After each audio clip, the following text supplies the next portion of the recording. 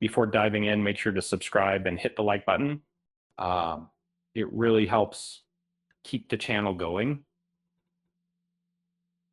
Have you ever wondered why the most powerful hunters in solo leveling aren't ruling the world? Despite their incredible strength and undeniable presence, they seem quite restrained. In the world of solo leveling, hunters wield abilities beyond normal human limits. Um,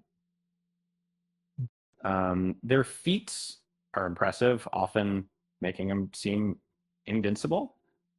Yet they rarely act out of line or challenge societal rules. Why is that? Most high-ranked hunters appear obedient to global authorities, yet it might suggest there's more beneath the surface. Could stronger societal pressures be keeping them in check? Um, or is there an unspoken rule about not overstepping? An era of chaos might have been possible, yet society remains surprisingly stable.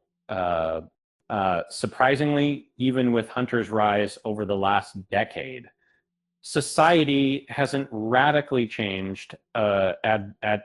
Unlike other worlds where new powers cause upheaval, here the world remains relatively calm. This hints at an unseen force of control keeping hunters in line. In fact, their governance is rooted in a system designed to maintain order, balance. Their hunters are recognized and regulated after passing a mana exam, and their access to dungeons and rewards is limited. That this would be this restricts any rogue ambitions, even for dangerous hunters with questionable morals. In take Kong Taishik, a B rank hunter who has violent tendencies. Despite his tendencies, he follows rules because he depends on the system that keeps hunters and humans in balance. This social control might prevent hunters from banding together and attempting a world takeover. It's also worth considering that hunters, fewer numbers, make a rebellion unlikely. Their low population means they lack the strength to threaten the entire human race without allies. Any attempt to dominate humans would require them to organize a large, potentially impossible coalition. Another reason that hunters hold back from ruling the world could be their moral duty. Humanity faces real threats like dungeon gates and monsters. Their primary role might just be to protect civilians from looming dangers rather than seeking power. When external threats are, fierce, unity becomes essential. And hunters may feel like it's their responsibility to defend rather than conquer.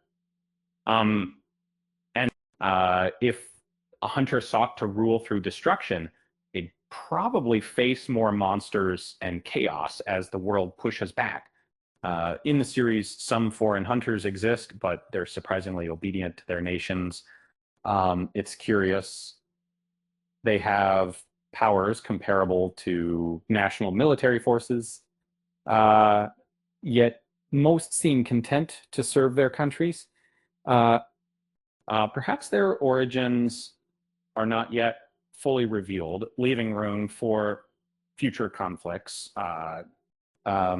Fans might enjoy more stories where hunters misuse their abilities.